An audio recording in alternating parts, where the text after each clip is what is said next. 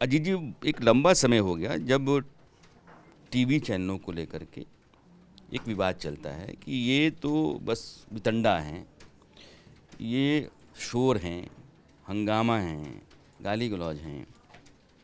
मैं मानता हूँ कि सवाल जब भी किसी किया जाता है इसका मतलब कि उसकी सार्थकता है। तभी है। अगर कोई आदमी इनसिग्निफिकेंट हो जाए तो उससे सवाल ही नहीं बनता कौन है। पूछता है? इसका मतलब कि मीडिया की सार्थकता है। न्यूज़ चैनल जो है, और न्यूज़ चैनल आपके लिहाज से जैसा होना चाहिए कि हिंदुस्तान बहुत बड़ा देश है, इस पर आपकी अपनी राय क्या है? देखिए, बहुत बदल रहा है, बहुत ज़्यादा बदल गया टेलीविज़न। आप तो देख रहे हैं, आप तो सबसे शुरुआती दिनों से हैं, तो आप बेटर जानते हैं इसको। अखबार भी बदले हैं काफ़ी, लेकिन न्यूज़ चैनल्स ने तो कई दौर देखे। भाई, एक दौर देखा जब जब शुरू हुआ, और जो आज तक का शुरुआती दौर था, जो एसपी सिंह का दौर था, जब खबर के लिए उन्होंने मतलब उसके मुहावरे बोले जाने लगे। हर व्यक्ति उसका मुहावरा बोलता था, जो एसपी सिंह बोलते थे वो मुहावरा बोला जाता था ना। मिलते हैं कल तक और देखते रहिए आज तक, इस मुहावरे बोले जाते थे ये।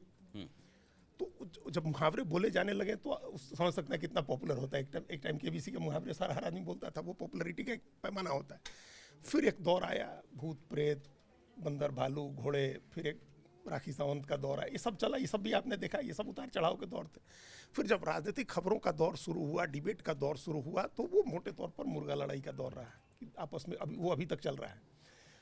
एक दौर बीच में था जब हम आए पहली बार टीवी में, तो ये था कि विजुअल्स है 40 सेकंड का भी, तो 1 घंटे का प्रोग्राम बन जाएगा। विजुअल्स ले आइए, बाइट ले आइए, तभी खबर होगी। ये हमारे लिए बड़ा हैरान करने वाली बात थी कि एक खबर का उस विजुअल से क्या मतलब है। खबर तो खबर है, तो खबर आनी चाहिए, विजुअल हो या नहीं हो। हम इस मामले में इस बात को मानते रहे, और वो व्याकरण बदलने की ज़रूरत थी। एक लेवल पर हमने कोशिश की जहाँ हम थे वहाँ, कि खबर आ गई है, हम स्टिल फोटोग्राफ्स पर चलाएंगे या पुराने विजुअल्स पर चलाएंगे, लेकिन खबर है हमारे पास। अब हम मान लीजिए हम सेंट्रल हॉल में बैठे हुए हैं पार्लियामेंट के, यशवंत जी, तो उसका विजुअल्स हम कहाँ से ले आएंगे जो बगल में बैठा हुआ कोई नेता हमको कह रहा है। भाई, हम लोग ऐसे सेंट्रल हॉल में तो आप गए ही होंगे, देखिए सब अब ऐसे बैठते थे एक लाइन से, स्कूल के बेंच की तरह बेंच लगी हुई है, और आप पीछे घूम करके बात कर रहे हैं, पीछे वाला उनसे पीछे घूम करके बात कर रहा है, और उसमें कोई आदमी कह रहा है, तो हम उसके विजुअल्स कहाँ से ले आएंगे। लेकिन वो तो प्रीसियस बातें हैं ना, वो बात आपको बाहर कभी नहीं मिल सकती। तो अब उस बात को हमको उसमें से कोई खबर निकालनी है, हम विजुअल्स के भरोसे थोड़े बैठे रहेंगे। तो हम तो स्टिल पर लगाएंगे, फोटो खबर चलाएंगे। तो ये एक दौर था जो बदला। बाद में लोगों ने, आपने भी देखा होगा कि किस तरह से ग्राफिक्स पर खबरें चलने लगी। ग्राफिक्स पर खबरें चलाएंगे, विजुअल्स नहीं है, ग्राफिक्स पर खबरें नहीं। तो एक दौर था कि हनुमान जी के आंसू निकल गए, 1 घंटे का प्रोग्राम चला, आंसू निकला कि नहीं निकला, कोई एक विजुअल है छोटा सा जिसमें है कि वो निकल रहा है, ये कुत्ते और बंदर की दोस्ती पर चल रहे हैं घंटों प्रोग्राम। तो ये सब दौर से टेलीविज़न अब निकल चुका है। हमारा मानना है उस समय भी था, उस समय भी लोग देखते थे, लेकिन ये सारे दौर टेलीविज़न इस दौर को पार कर चुका है। अब एक सीरियस पत्रकारिता के उसमें है। देखिए आप धीरे धीरे तमाम चैनल्स पर न्यूज़ का कंटेंट कितना बढ़ता जा रहा है। तमाम चैनल्स अभी आपके सामने चल रहे होंगे, आप देखिए न्यूज़ का कंटेंट कितना है। न्यूज़ ही होते जा रहे हैं चैनल, ये अच्छी बात है। हमने इस हर दौर को बदलते हुए देखा है। अब हमारी एक इच्छा है कि न्यूज़ का जो सब सारे चैनल न्यूज़ दिखाएं, वो उस तरह की राजनीतिक पत्रकारिता हो जैसे एक दौर में होती थी। जिस तरह से राजनीतिक पत्रकार होते थे, लोगों को इनलाइटेंड करें आप, लोगों को एम्पावर करें आप, राजनीतिक खबरों से, सामाजिक खबरों से आप एम्पावर करें लोगों को। अभी एक हो सकता है इससे कनेक्ट नहीं हो, लेकिन अगस्त में आउटलुक में हरीश खरे का एक लेख छपा था, वो खोज के पढ़ना चाहिए सब आदमी को, अनमॉर्न्ड डेथ ऑफ पॉलिटिकल जर्नलिज्म।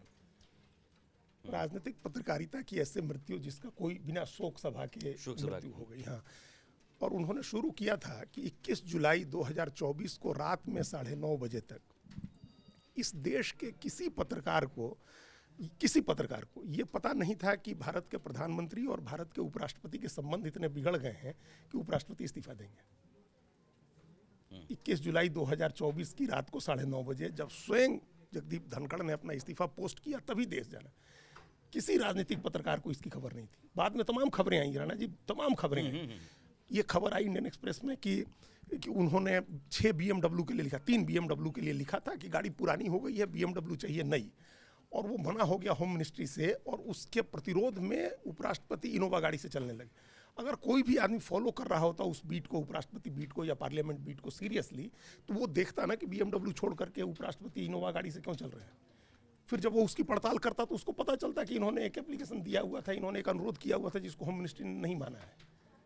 बाद में खबर आई कि ईरान गए या ईरान गए जब वो तो वहाँ उनको वो प्रोटोकॉल जो वो चाहते थे उस तरह का प्रोटोकॉल नहीं मिला, इससे वो नाराज थे। तो ये तमाम बातें बाद में आई। तो आप सोचिए राजनीतिक पत्रकारिता किस तरह से समाप्त हुई है कि किसी को कुछ पता नहीं चल रहा है और लोग कोई फॉलो नहीं कर रहे हैं। हर व्यक्ति इस उम्मीद में है कि उसको कुछ ब्रीफ कर दिया जाए तो वो जा करके खबर ब्रेक कर दे। जो खबर आपको ब्रीफ की जाए ना वो खबर थोड़े है। आपको बिठा करके कोई आदमी बताए कि हम 12,000 करोड़ की एक योजना शुरू होने वाली, आप उसको कहिए कि ब्रेकिंग न्यूज है। ये कोई ब्रेकिंग न्यूज नहीं, ये पीआर है सरकार की। अजीत जी बहुत ज़रूरी बात कह रहे हैं पत्रकारों के लिए हिंदुस्तान में। जैसे आप बहुत तेज़ रोशनी में चल रहे हों और वो हट जाए तो आपको चीज़ें सामने से दिखती नहीं हैं, बहुत वक्त लगता है आपको चीज़ें धीरे धीरे देखने में। मोदी सरकार के भीतर जो पत्रकारों के लिए खबर हुआ करती थी उसका इस तरीके से आप कहिए कि सेंट्रलाइजेशन हो गया, केंद्रीकरण हो गया है कि आप बाकी किसी भी ज़रिए से जो पहले हासिल कर पा रहे थे वो नहीं कर पा रहे हैं। तो अब नहीं कर पाने की स्थिति में आपने दिमाग को अपना छोड़ दिया। पत्रकार जिस तरीके से सोचता था, जिन कारणों को ढूंढ करके और किस नतीजे पर पहुंचता था, दिमाग ने अच्छा यहाँ दो ही लोग फैसला करते हैं और हमने अपने आप को वहाँ लाके खड़ा कर दिया है कि जो चीज़ दिख भी रही है उस पर हम दिमाग नहीं लगा रहे हैं। यानी कि आपका कहना ये है कि उपराष्ट्रपति और इनोवा कार पर आ गए हैं मर्सिडीज छोड़ करके, तो हम इसलिए दिमाग नहीं लगा रहे हैं कि हमने इसके पहले अपना बंद कर दिया कि यार यहाँ नहीं मिल रहा है। तो ये चुनौती है, ये संकट है। देखना चाहिए उसी रूप में देखेंगे। जब आप देखना शुरू कर देंगे उस रूप में तो फिर आपको खबरें निकलने और कितनी भी छुपाई जाए खबरें वो आपको पता चल जाएंगी।